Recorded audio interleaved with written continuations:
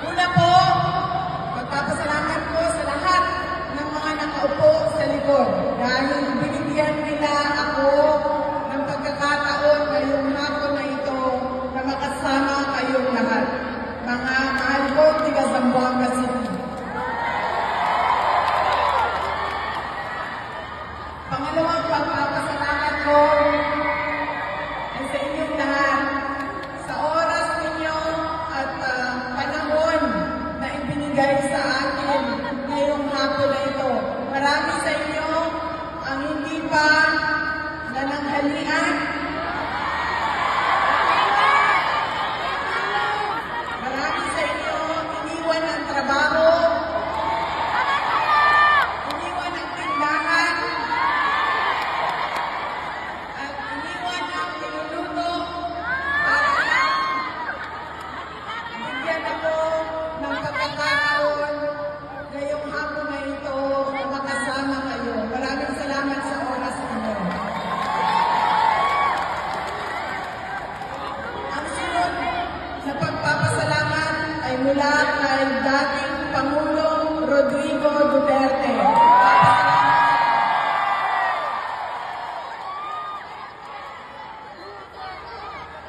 Nagpapasalamat siya sa inyong lahat sa inyong padayo na pagmahal, sa patuloy ninyo na pagmamahal sa Kanya, sa patuloy ninyo na pagsuporta sa Kanya, at sa mga dasal ninyo para sa Kanyang pag-uwi at magandang kalusugan. Maraming salamat po.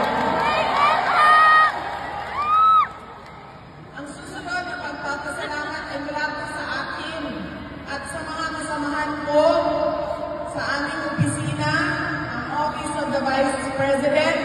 Meron po kami satellite office na nandito sa Zamboanga City para po sa Zamboanga, Basilan, Sulu at Tawi-Tawi Islands. Nagpapasalamat po kami sa patuloy ninyo na pagtitiwala at suporta sa amin kahit paman sa mga paninira at pagpapahirap sa aming opisina. Maraming salamat sa inyo.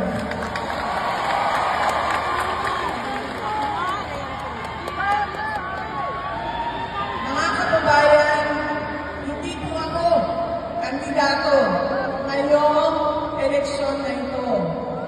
Ang aking pong obligasyon ngayong eleksyon na ito ay ipaalala ko sa inyo kung ano yung mga mali na ginagawa natin bilang mga botante pag merong eleksyon na dahilan ng paulit-ulit na problema at paulit-ulit na kahirapan sa ating bayan.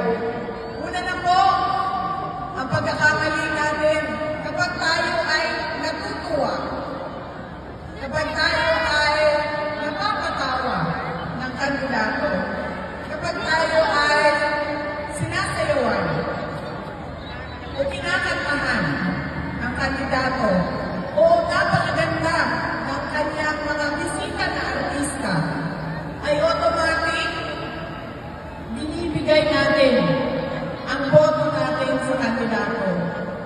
Hindi na natin tinatanong ano ba ang pangako ng kandidato na ito noon nung siya ay tumayo sa entablado at binigay ko ang boto ko sa kanya na tinupad niya.